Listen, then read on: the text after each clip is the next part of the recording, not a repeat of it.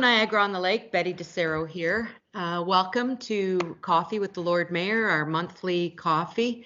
I'm thrilled to be here today with Kevin Turcotte and Councillor Gary Burroughs joining us for coffee. As you know, we're at a stay-at-home order from the province, so we're all coming to you from home today. So I just want to let everyone know that we are all in Niagara region trying to be very careful, trying to follow protocol. As you know, our numbers have been going up, and it's not even so much the numbers that we're looking at in terms of how we deal with the pandemic. The medical officer of health also looks at hospital stays and intensive care numbers and emergency room numbers, and also their ability to do contact tracing.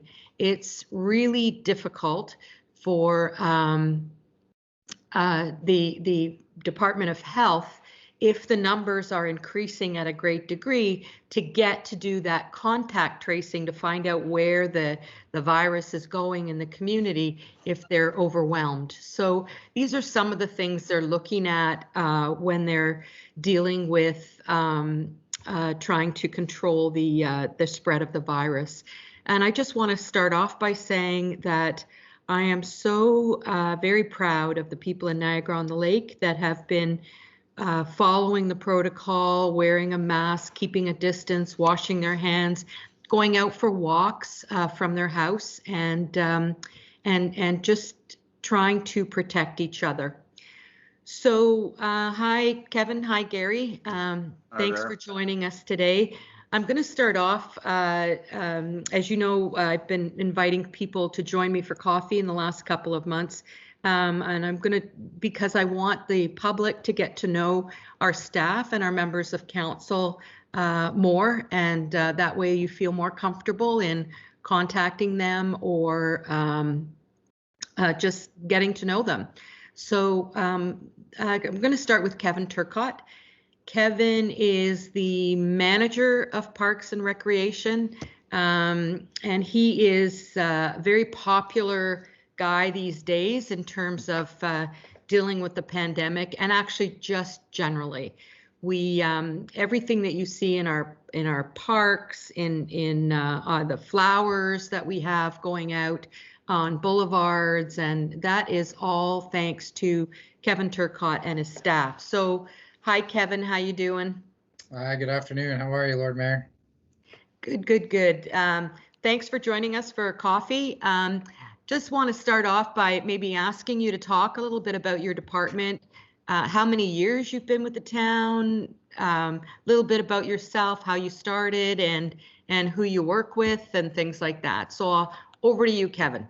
All right, sure. Yeah, thank you. Thank you for having me. So I actually started at the town in 2011, and this year actually marks my 10-year anniversary with the town, which is exciting. I was brought in to help run the community center when it was first constructed. So I was the community center coordinator. And then once the director of Parks and Recreation decided to retire, then I was promoted into the manager of Parks and Rec, which is great. I'm one branch of our operations department. So there's a Parks and Rec branch, and then there's a Public Works branch. And my division, like Lord Mayor said, has very large portfolio. And this department has some things you might not kind of be aware of what we do. So we maintain about 27 parks that have 13 playgrounds in them. We mow approximately 130 acres of turf throughout the town. We maintain, obviously, the beautiful flower displays on Queen Street and all the horticulture that happens in the town. We're also responsible for cemeteries. So we have one operational, which is the Niagara Lake Shore Cemetery. And then we also are required to maintain 8 abandoned cemeteries as part of the legislation that we have to follow.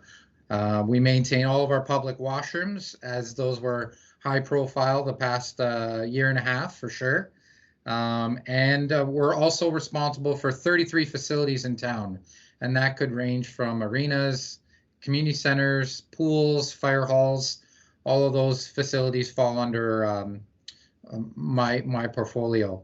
We also put out, along with our great communications team, a semi-annual community guide where it advertises all of the town programs that we offer, as well as other programs that people in town offer.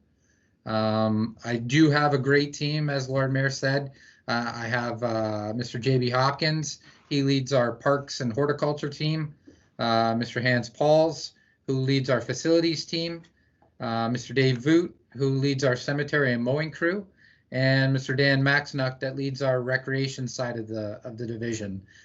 We also have our great administrative assistant, Bobby Joe Tallarico, that helps keep us on track and keeps everything running smoothly. Great. I'm just going to talk quickly a little bit about kind of some of the projects that I've been involved with. Kevin, take a deep breath and just speak to us. We're just having coffee. Mm-hmm. I'm so thrilled that you're with us today, but I don't want you to be rushing through things. I want you to just relax. Sounds good. Okay. Sorry, you wanted to mention something else. Yeah, no, just in my short period of time with the town, been involved in a bunch of great projects that council has supported and the community has supported. Projects like Sparky's Park that's in St. David's, the Queenston Commons, which was the community really came on board, and we built a great naturalized park, and I think it's a beautiful crown jewel in Queenston.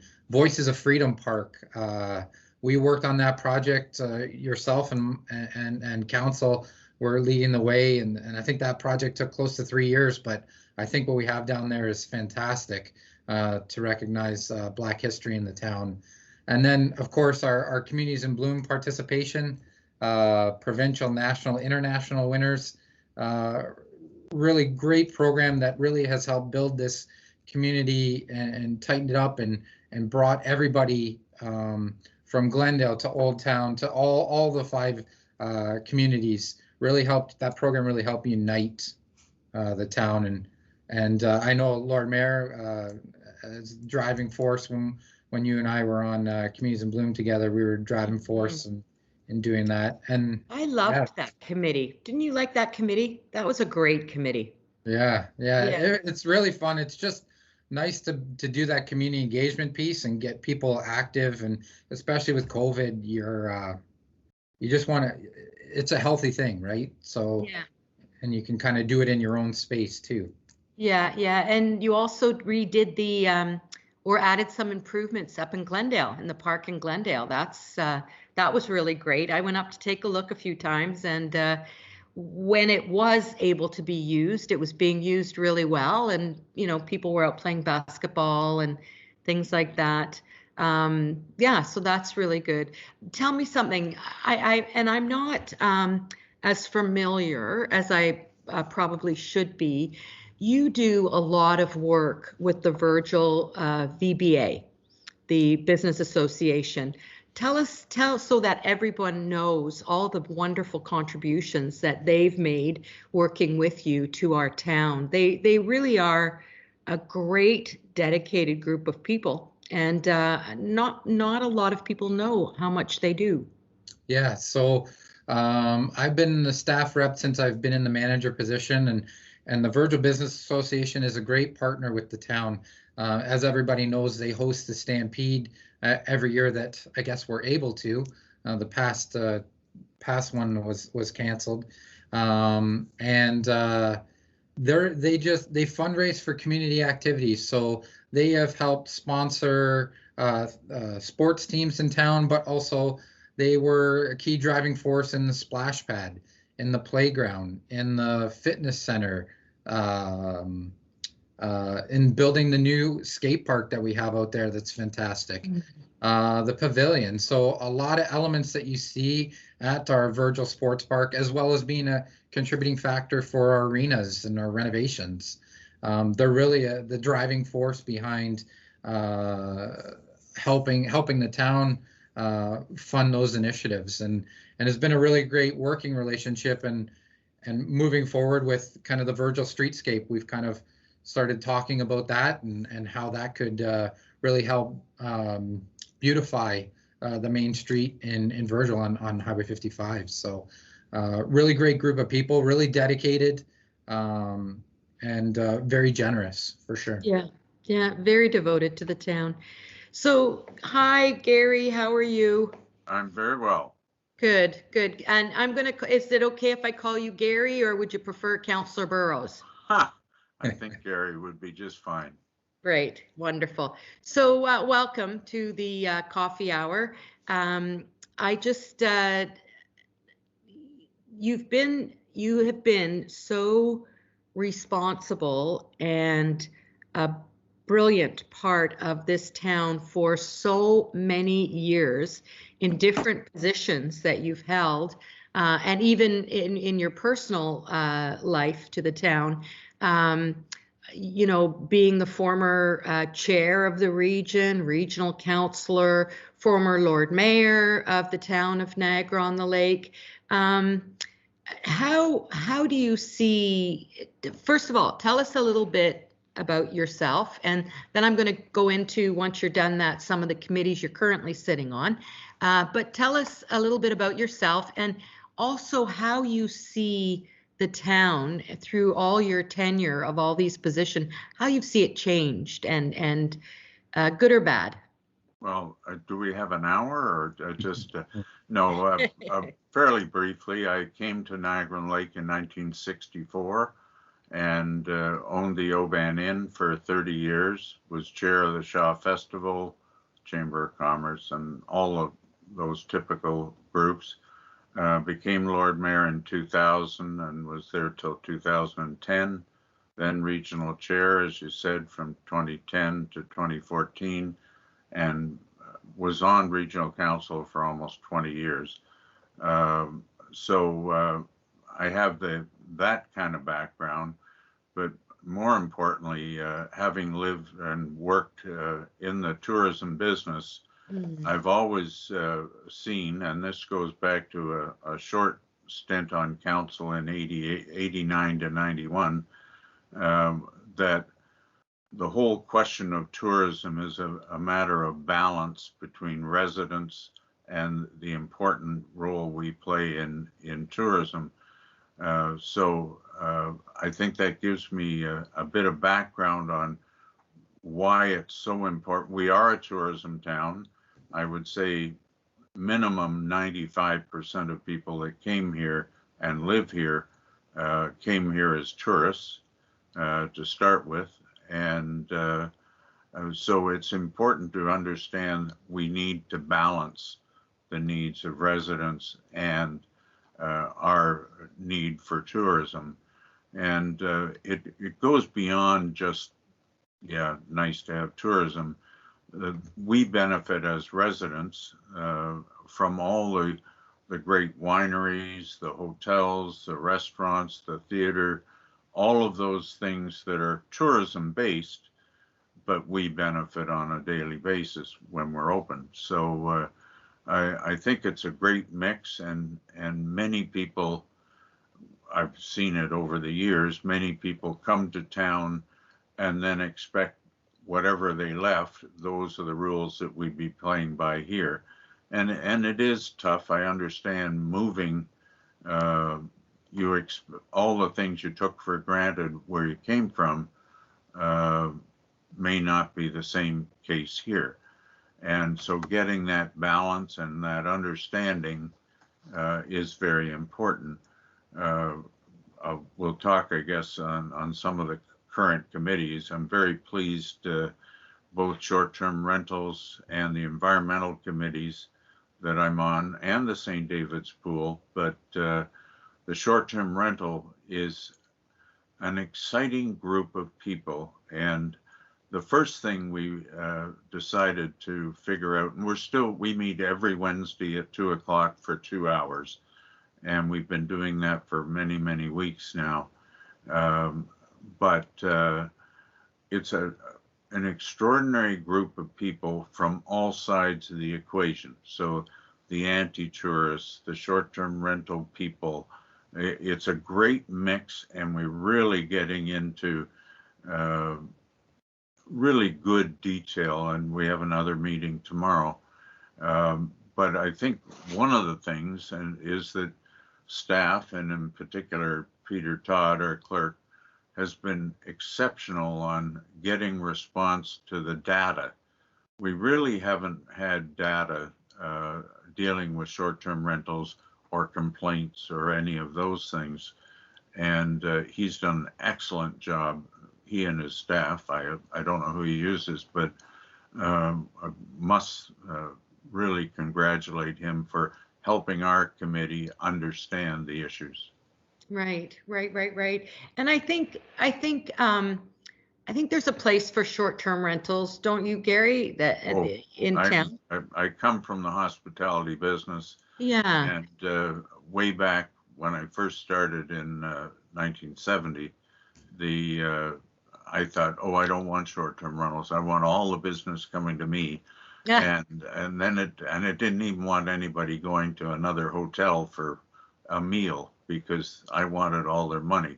It didn't take very long to understand that the complete package is people wanting to come to Niagara, and all of us in whatever field we were in, looking after our guests and our visitors to the town. So I've got a much broader opinion now than I did 1970. Yeah. You know, there's two things that I get as Lord Mayor, which you possibly got yourself as well.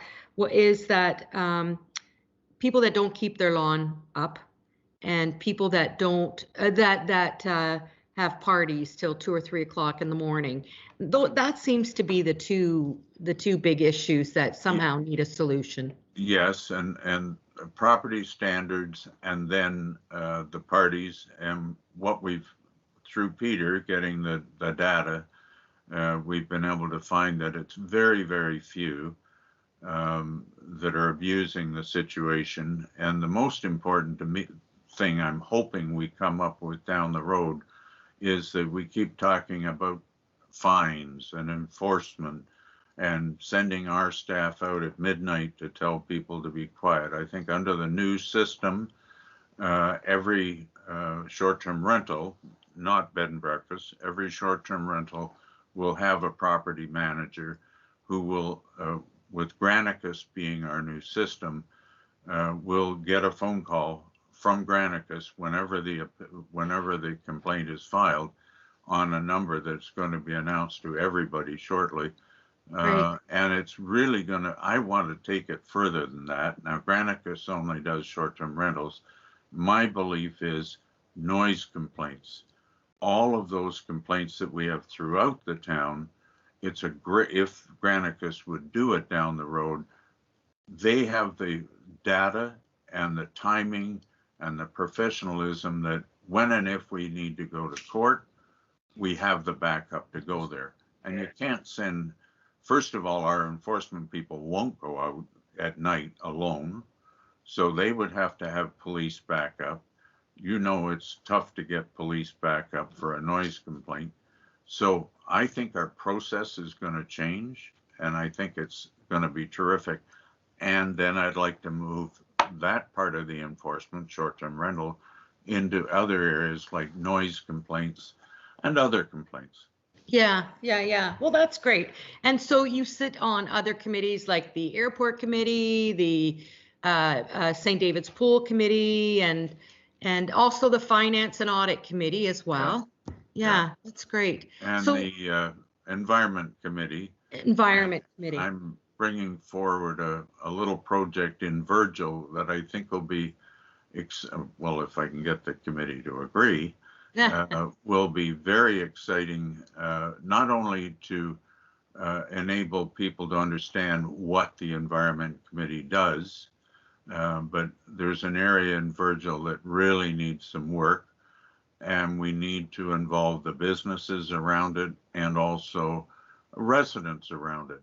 It's a lovely walking path, which is almost tough to get through at the moment. So that kind of project will be coming forward.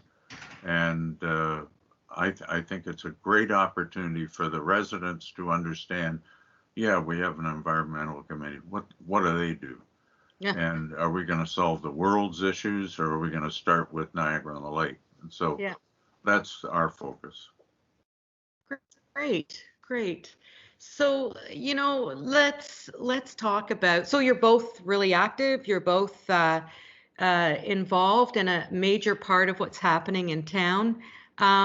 Let's talk a little bit about COVID and the effects that it's had on you, Kevin, and your staff. What do you, and then we'll get into some of the questions we received from the public. How has this changed your department? I know you must be getting tired of putting up signs and taking down signs, but what other ways has this changed your department in terms of realigning people or? Yeah, so the big thing that, as I'm a member of the emergency control group as well as yourself, Lord Mayor, is we wanted to make sure when we went into COVID that our staff safety was #1 focus, as well as the residents, but also to keep everything going that happens here at the town is making sure that the staff have the proper PPE, have the proper training, have the proper safety protocols in place. And that was a big thing for us to make sure it was something communicated, and staff really felt supported when we came back with our program rollout. At the beginning, when we started with COVID, we had a lot of staff redeployment and delay of seasonal hiring staff. So that was a challenge that we took on and I think succeeded, able to bring staff over and retrain them to do kind of functions in our department. Making sure that people were working in small teams so that if we did get a case or an affected piece, that didn't affect the overall global operation of the town. So I think that was really successful. We developed as we know how the Ontario regulations change with the province, we had to be really flexible and really, I think we did a great job at communication piece, but we had we called it a parks ambassador when it started, and now it's evolved into Parks Patrol, and I think that has really helped people understand as an education piece, right? Where they would go up and approach large groups of people and just kind of have to break it up and move it along, and even when people were using facilities that they weren't supposed to, is enforcing that. Which comes with doing that. We've had to modify our washroom program. Usually it's a couple of staff going around cleaning kind of throughout the day. And this last summer and probably this summer, we'll have to have a staff stationed at the washrooms and have them making sure people are wearing a mask. There's only a certain number of people allowed in the washroom at a time, and doing that Parks Patrol as one big piece. So that's been some challenges, Yeah. but more, I think, big successes, right? Yeah. There's a few other ones, but yeah. So I guess it's been confusing for me working in the emergency control group when the province first, the premier makes a statement or sends a tweet or does what he does, which doesn't mean what's coming is exactly what he's saying. So we hear it from the premier, then we get a press release, which we hope matches what the premier says, but then we get the regulations, which hopefully match what the premier and the press release say. But they don't always, do they? Yeah, it's been a challenge. I mean, Director Larmer has been great at interpreting and staying on top of all the changing regulations, and I kind of focus on the pieces that are pertaining to facilities and parks and open space. But it has been that, and it's got to be frustrating for the public too, right? Where they're hearing something from the premier, and then when the OREGs come out, they're not kind of in sync, or they are, but they're not.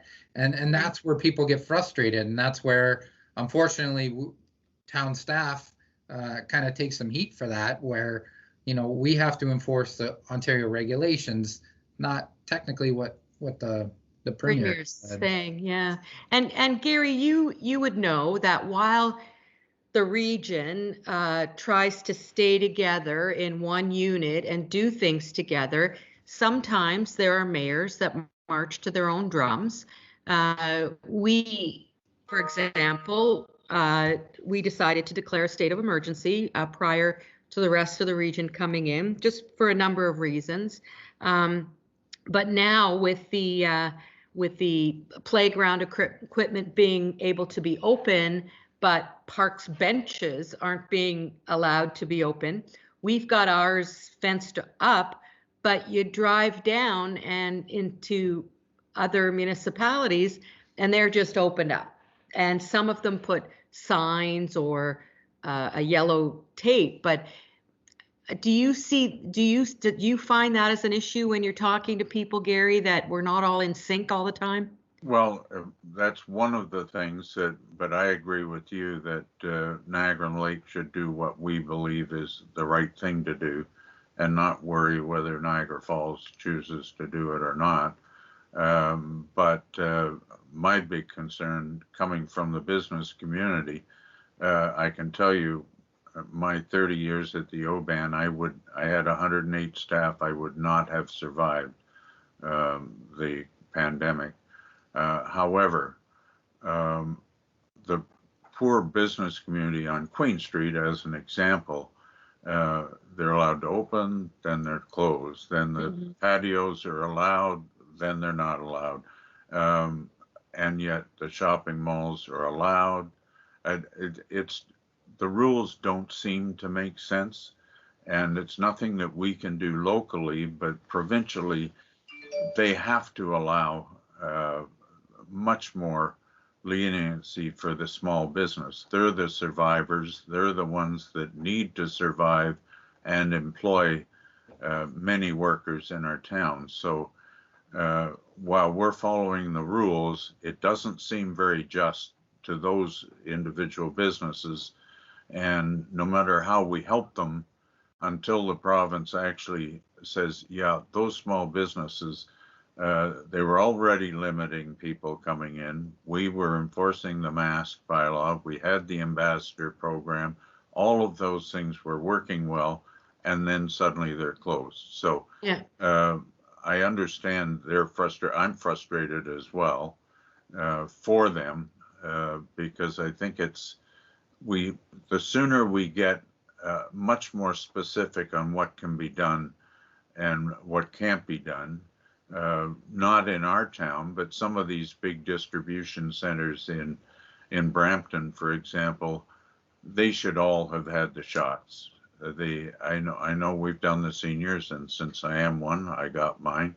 But in all fairness, I think we're doing that program very well. But here, all the distribution centers have hundreds of people working in them that they don't get paid if they don't work, so they go to work, and as we know, many of the big ones have closed.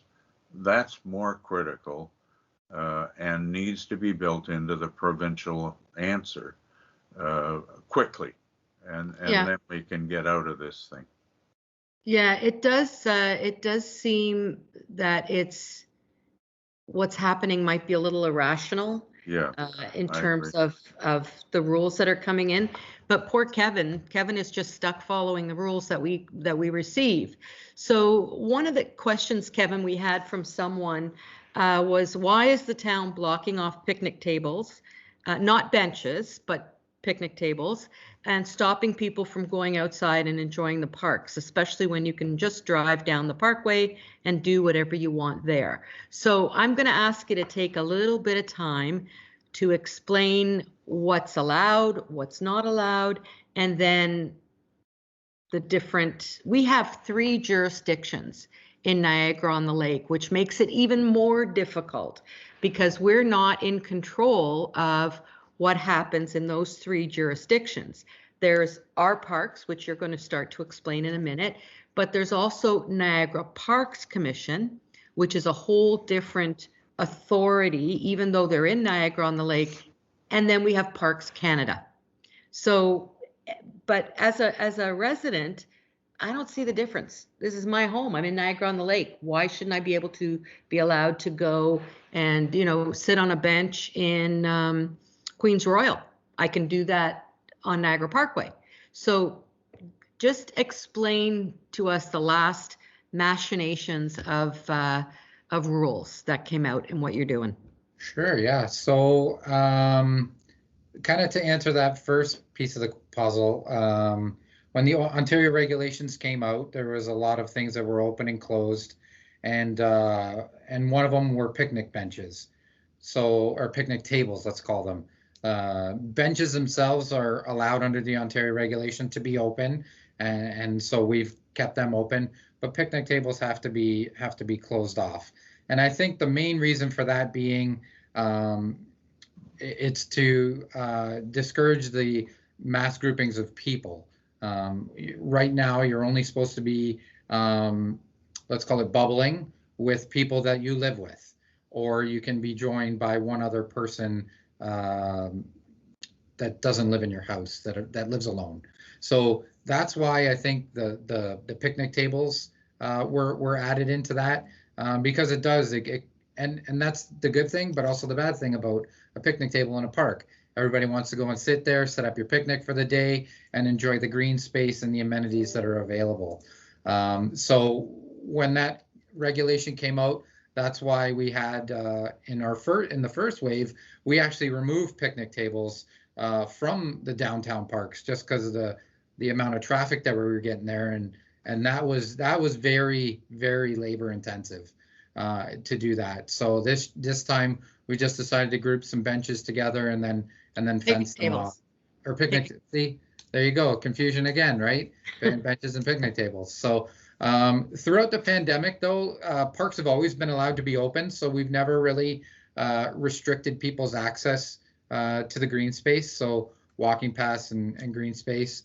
Our playgrounds are open. Our paths and trails are open. Our public washrooms are open. But unfortunately, some of the amenities that are in our parks are closed, such as ball diamonds, soccer fields, tennis courts, basketball, pickleball, skate parks, those kind of outdoor exercise. We all had to kind of fence off, and believe me, it breaks my heart when I see all of our amenities that we've worked so hard to keep up and use and be available to be fenced off. It ruins the aesthetic of the park. It ruins kind of when you go in there. It kind of it's weird, right?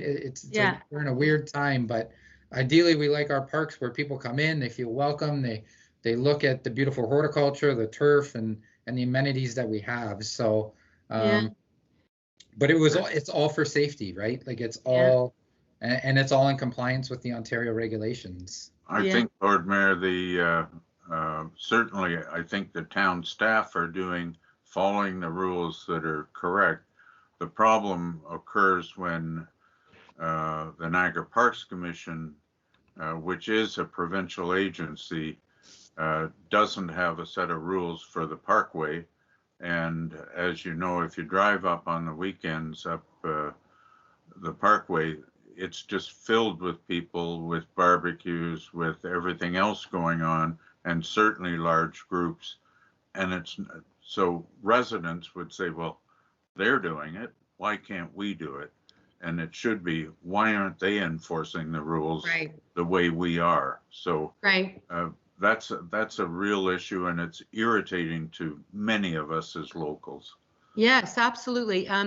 It's funny because the town has to follow the provincial regulations, but a provincial agency isn't following the provincial regulations. That's right. That's the problem.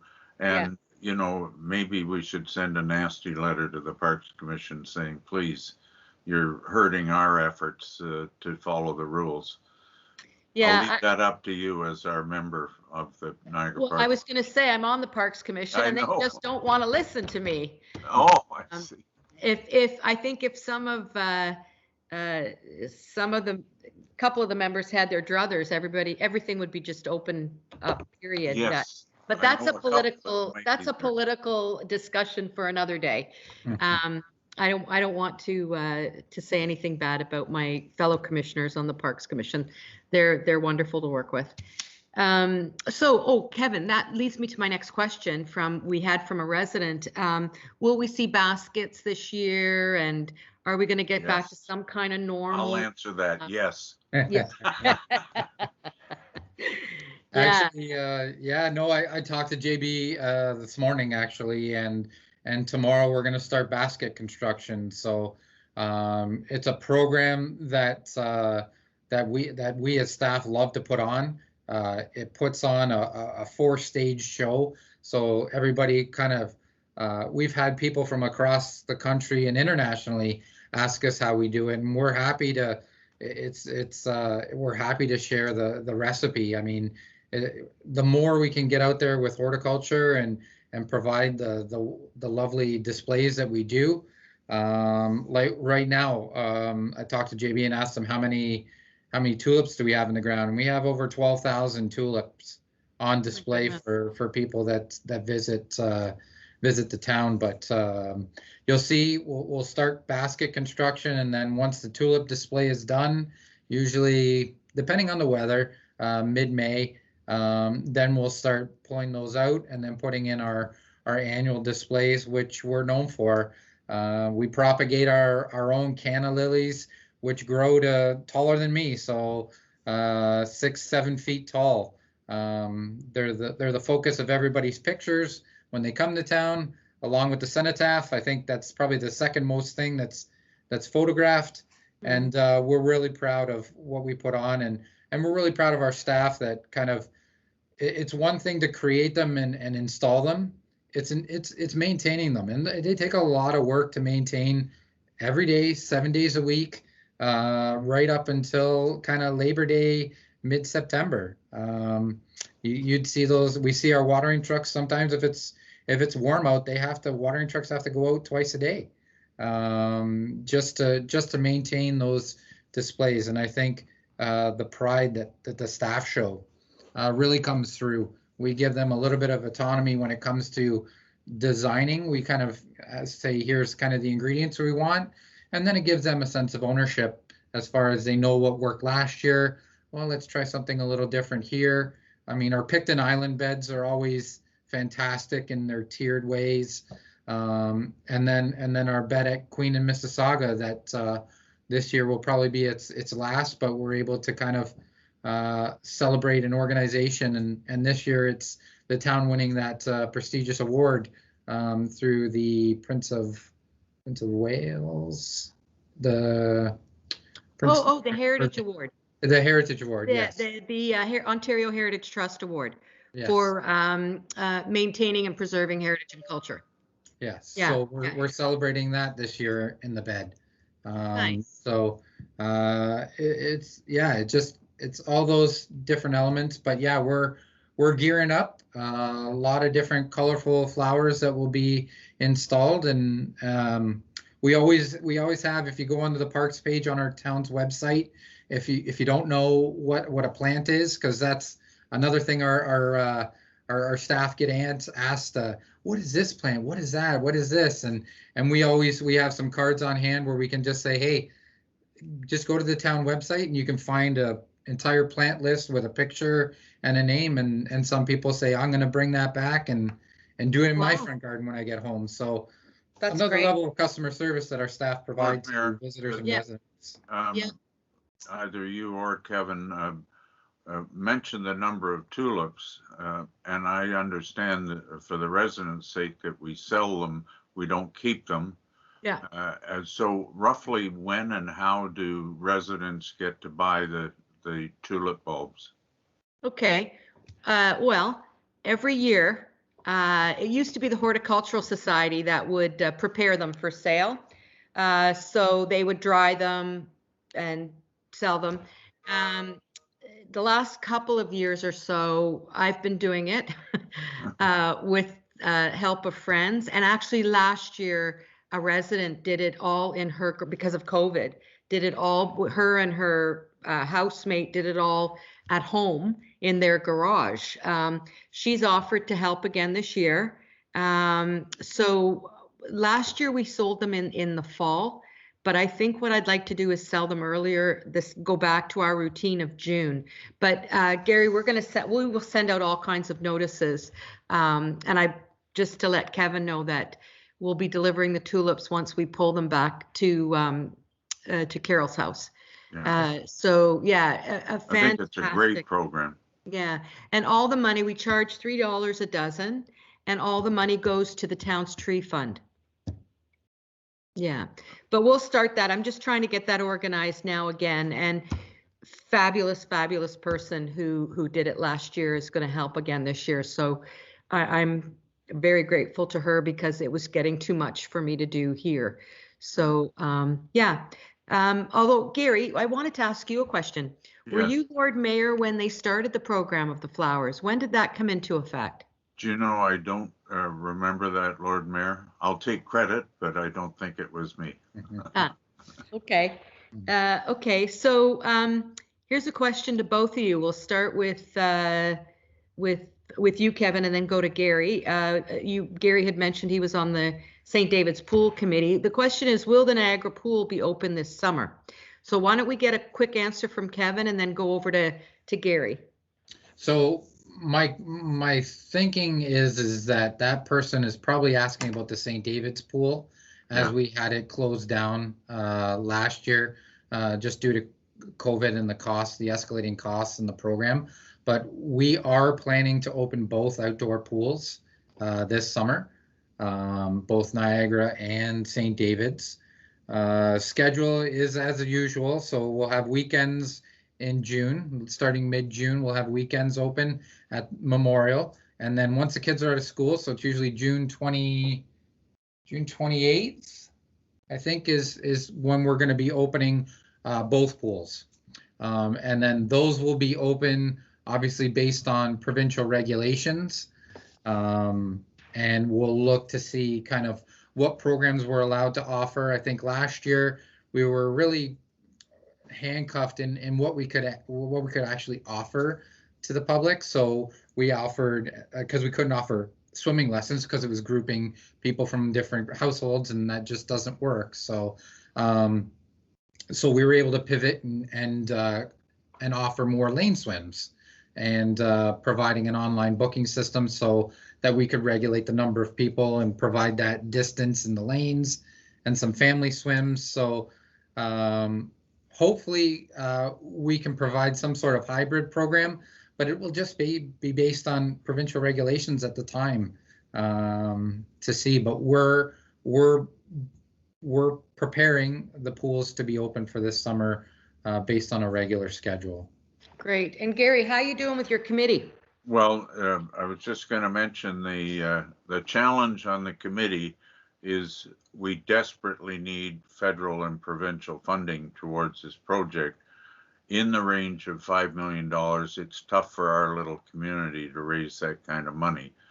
We're moving ahead with all sorts of plans, and we have received quite a lot of money already, but not in the range of millions.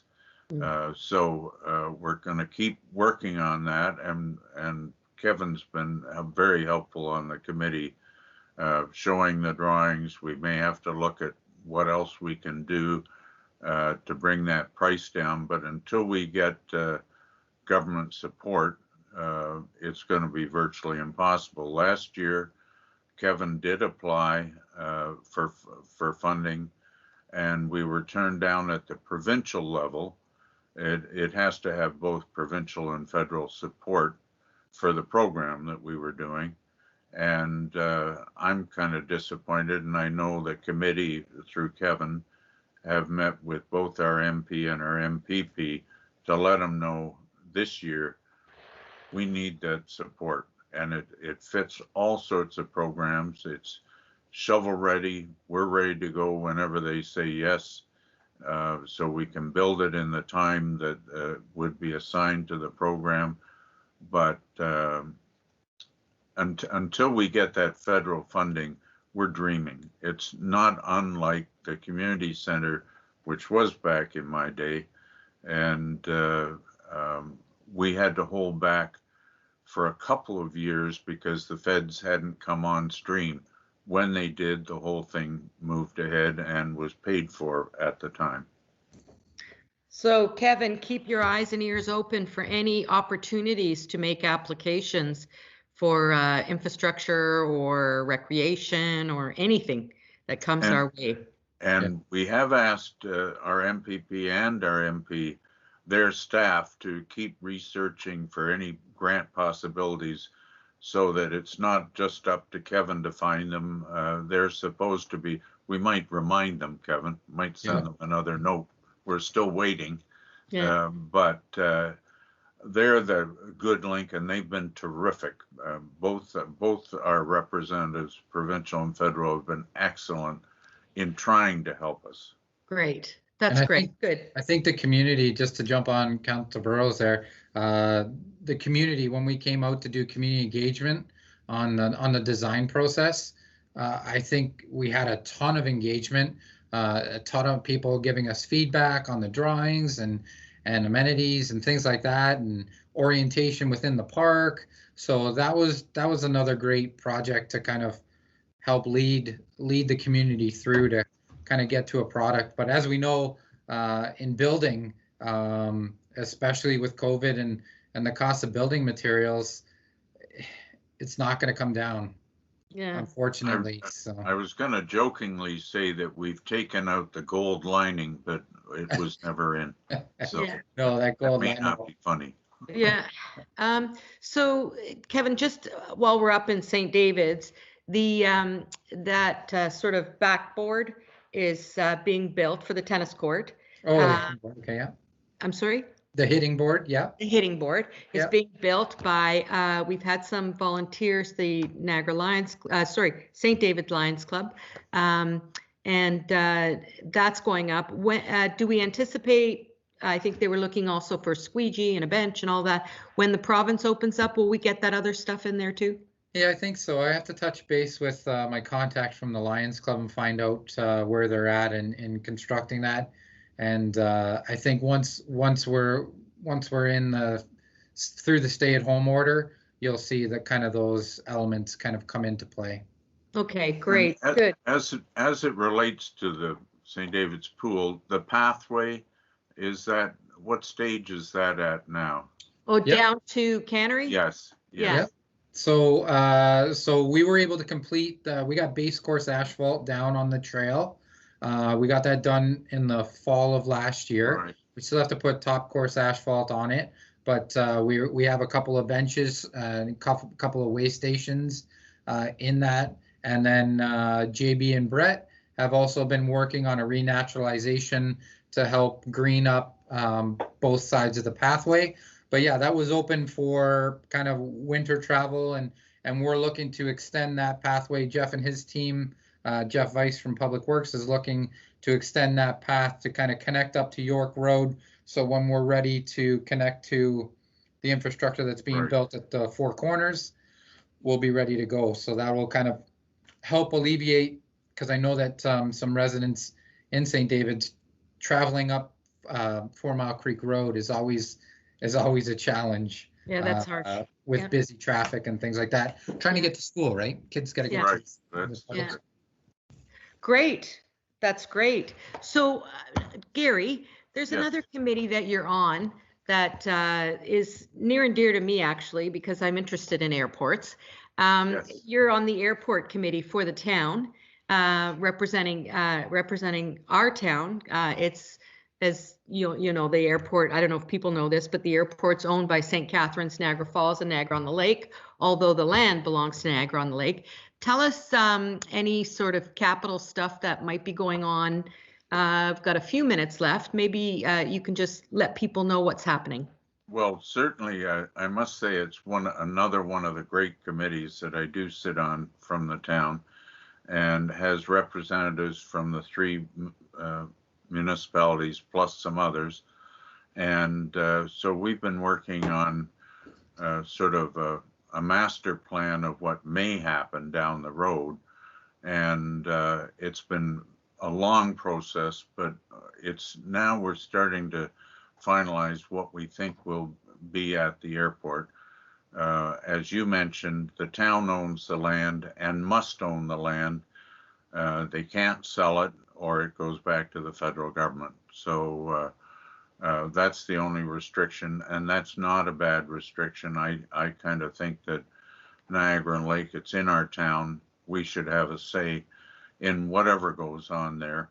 Okay. Not more say than anybody else. And over the years, the budgets are both operating and capital are both based on per capita of each municipality. So I think we're in the range of only about 4% of the total on both operating and capital that we pay for. I think it was 57,000 for 2021.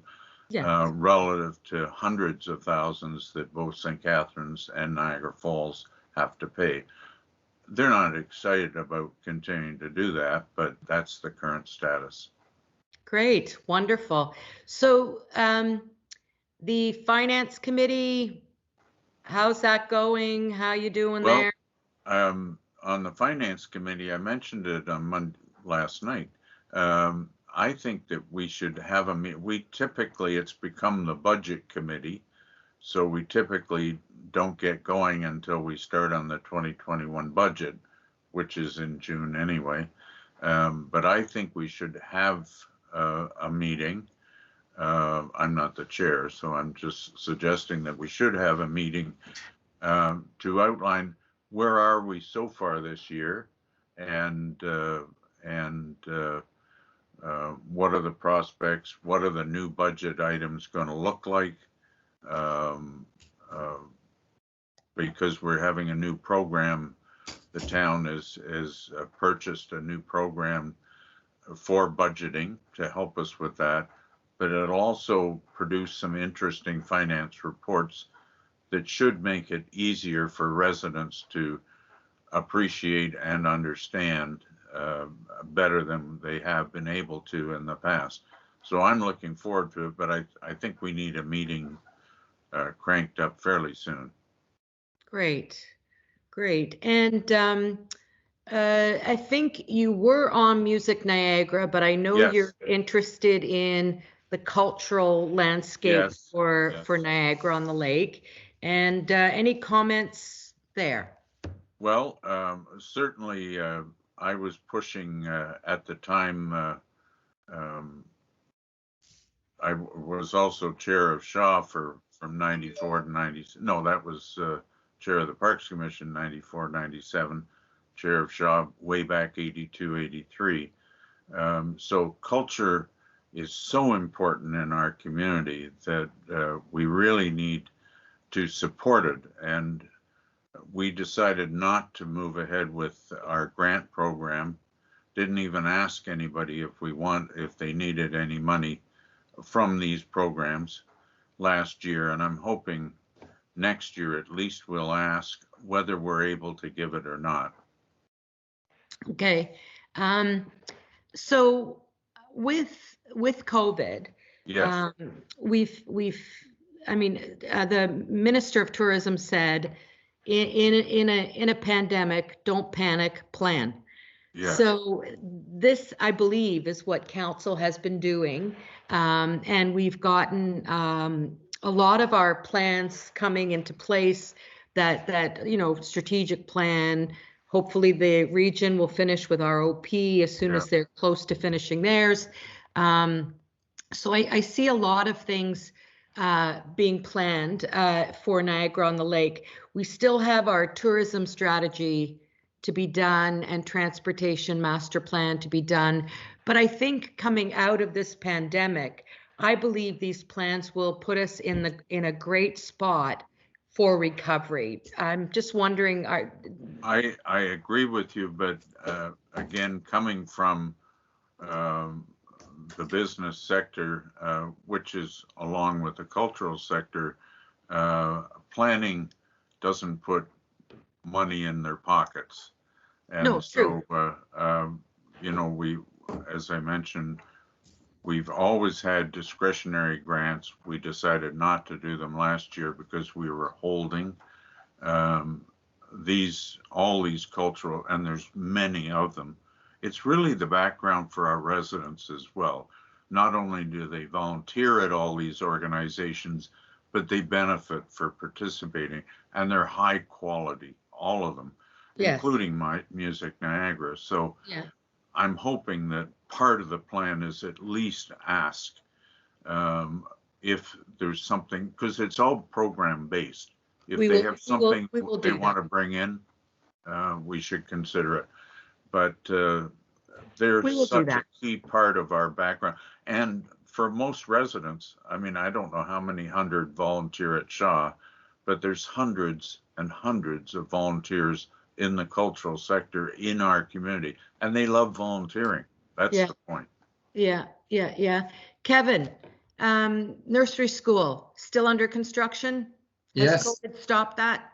Yeah, so based on Ontario regulations, we were able to continue because it's part of A, municipal infrastructure, and B, providing childcare spaces. So that project is moving along very well under the direction of Mr. Hans Pauls, $2 million project, and it's a partnership between Ministry of Education, Niagara Region, ourselves, and the Niagara Nursery School. So it's going to be a fantastic build.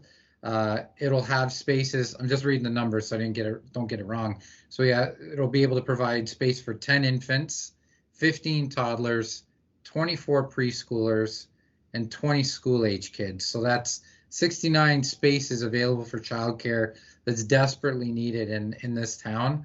And I know that the waiting list for the nursery school is more than 125 plus names, and we're hopefully going to have this ready. We're targeting mid-summer this summer to be ready. If you walk by, kind of right now where we're doing masonry, so you'll see some block go up along the walls, as well as we've started the drywall and framing out and interior walls. So I do provide an update to council via the information package, and that information report hits the committee of the whole general. So if anybody's interested in that's viewing out there and want to see, I give an update on the progress, sometimes have some progress pictures and some budget numbers. So right now we're tracking on time, tracking on budget, and it's really going to start to ramp up now. So really good, really great project. That's great.